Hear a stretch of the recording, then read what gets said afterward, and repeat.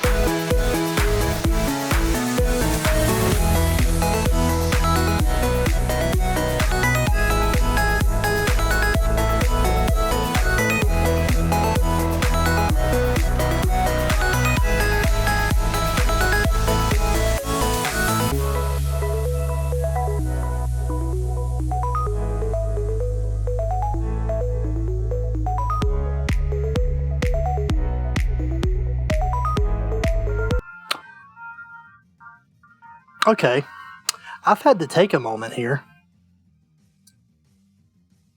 That's not a regular Floette. Is it? Is that a shiny Floette and I didn't know it? Or is it a different form?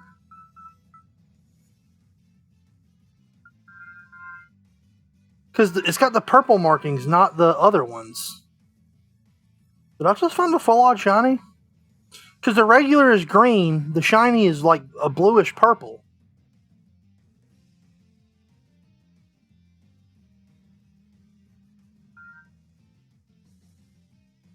Because, Shiny Claws is a thing. Because it's got the blue markings, but that's a red flower. I know Floette's got multiple colors. But I think that's a shiny Floette. I could just be crazy. It's very possible. What?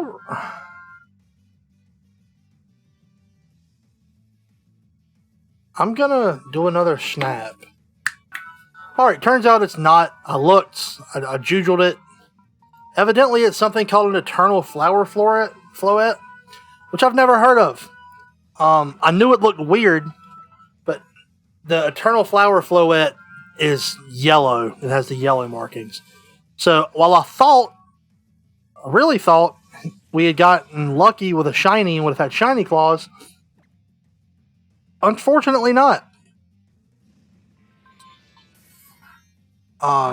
It's just a it's just a more powerful, rare variant of Floette.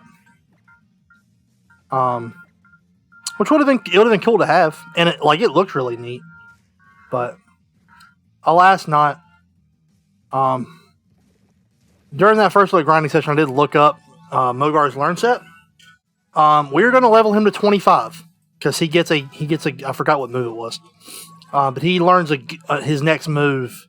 It's like an 80 base power electric move. I just forgot what it was.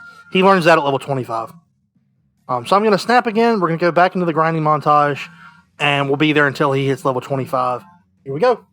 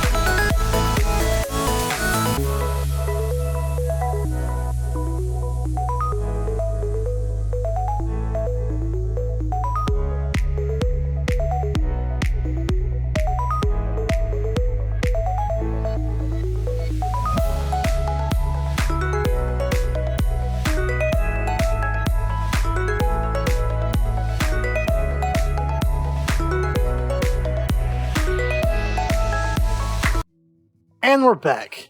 We're at level 25 now. Spent a lot of time doing that. What's with, as you see from the grinding montage, what the hell's up with all the legendaries? And also, when we came here for our two encounters, conveniently it was stack attack both times. And he summoned a Thunderous both times. Not a single stack attack in sight during the grinding. Now we do get the freaking dust form lichen, or whatever form lichen rocket is. I think it's like dust form or something. Look at the Articunos and all that, but those were manageable. And we got the Bisharps. Where were those when we were getting our? I would have loved to have had a Bisharp.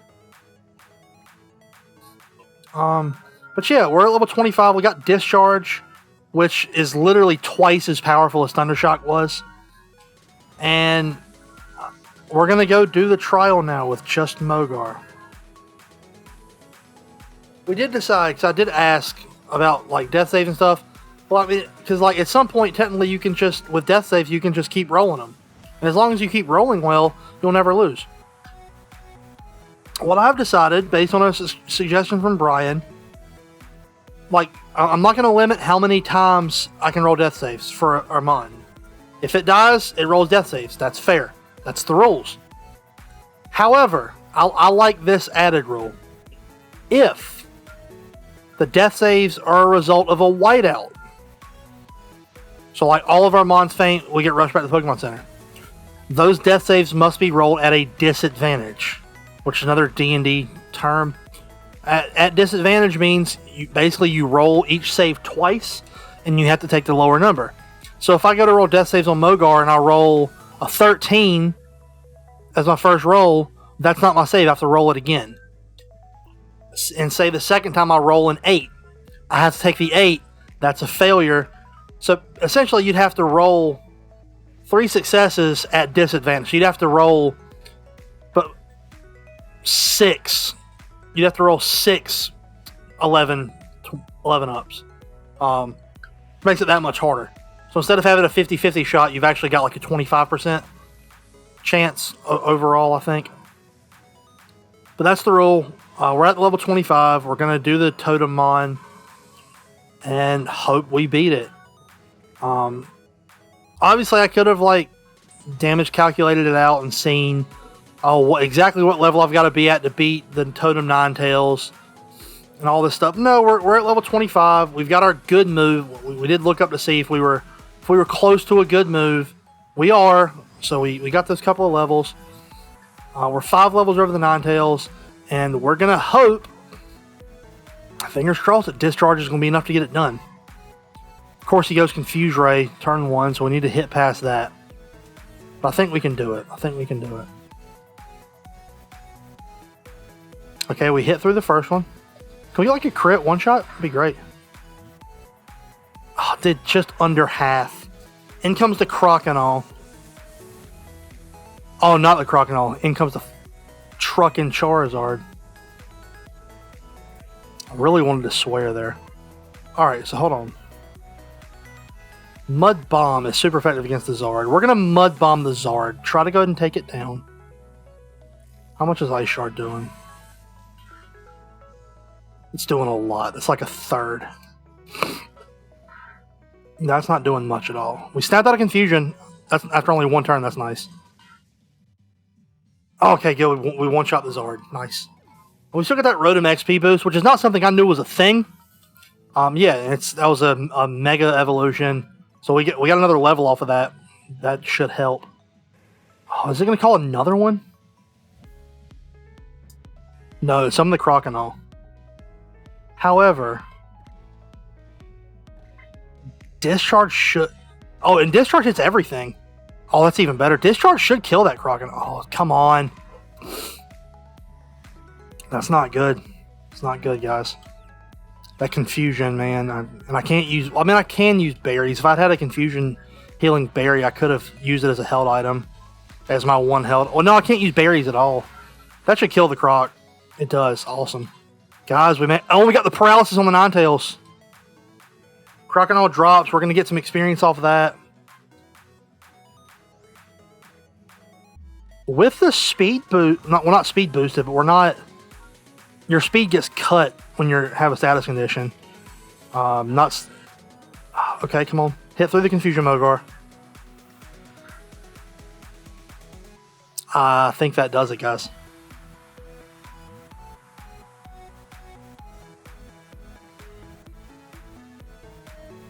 Please live.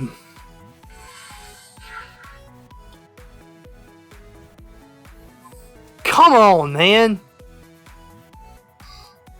Alright, we're gonna roll death. We're gonna have to roll death saves now, so we're gonna...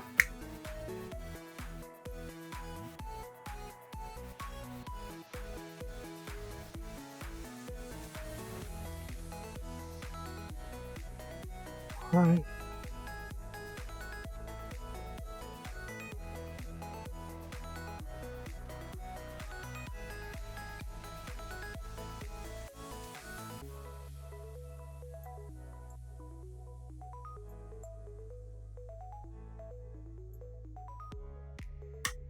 Alright, there we go. There's our dice. We are rolling up disadvantage for our first. Scroll down. 7. And a nat 20. Unfortunately, we've got to take the 7. 5 and a 16. Got to take the 5. 9 and a 16. That's it, chat. Not chat. I'm used to streaming. That's...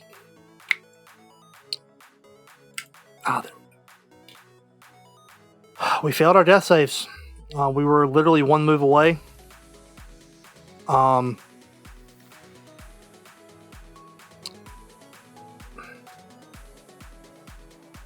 It's really crushing, man, that the series ends like that.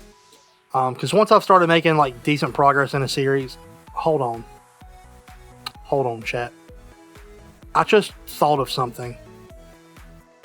It's something I thought about 2 episodes ago and then completely forgot about. And this is going to be one I'm going to call the episode here, and I'm going to have to get some feedback and see what you guys think. So, part of the rules that I completely forgot about, once a Pokemon hits level 20, they're allowed to multi-class. They're allowed to take another class. Mogar is a barbarian, but he's also level 24. Meaning, once he hit level 20, he was allowed another class. Let me check real quick and see what classes he can take as a ground electric type. Can't take Cleric. Can take Rogue, which would have allowed me switching. Could take Druid, which allows the use of berries.